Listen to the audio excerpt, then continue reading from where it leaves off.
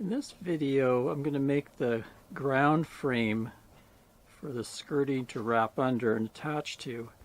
So I went to Home Depot and got myself a bunch of 3/4 inch irrigation pipe. I had measured all the way around the RV and included the slide, made myself a diagram. So I figured I needed about 109 feet of pipe. So I got 11 10-inch lengths here. If you buy 10, you get over 10, you get a bulk price. I think they're about $4 each. And also picked up a bunch of connectors, same deal. If you buy them in bulk, you get a little better price.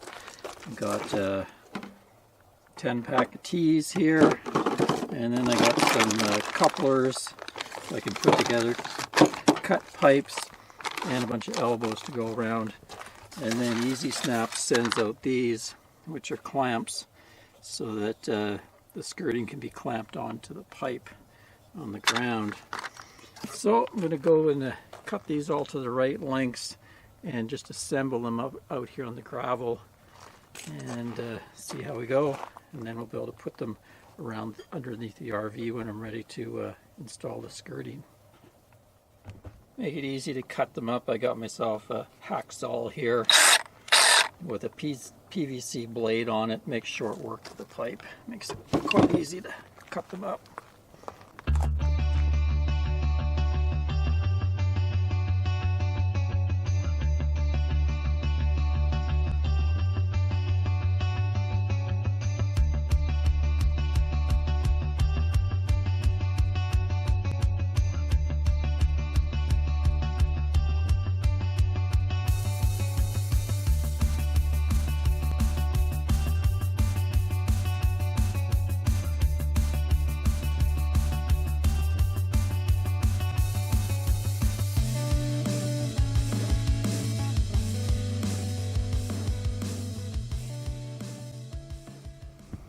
There we go. Got it all laid out and connected up. Don't have the slide tees in yet because I just want to make sure I get it exactly right before I cut into those and put the tees in. So you can see there'll be 3 cross members here and 2 cross members here. And that helps that you can put sandbags down or any water weights or whatever, some type of weight to hold that frame down so that when a wind gust comes along, it doesn't slide along the ground. Worked good for me. I had one winter in a very windy oceanside RV park, and we had gusts up around 100 kilometers an hour, 60 miles an hour, and it didn't budge. It worked really well. As far as these connectors here, right now they're just push fit.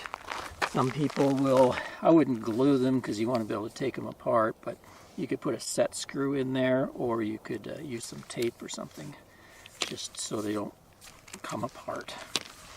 Anyway, I'm going to fit that under the RV and give you a look at it in place. Here's a look at it all set up under the trailer.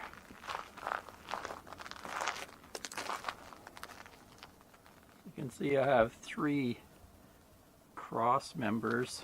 You could add more. Just depends on your situation, how much wind you think you're going to be getting. Around back. See, I've got it set up pretty well between the trailer and the bumper because the skirting is going to go up in between the bumper. I'll show you that when I set up the skirting and hang it. And then here's the slide area.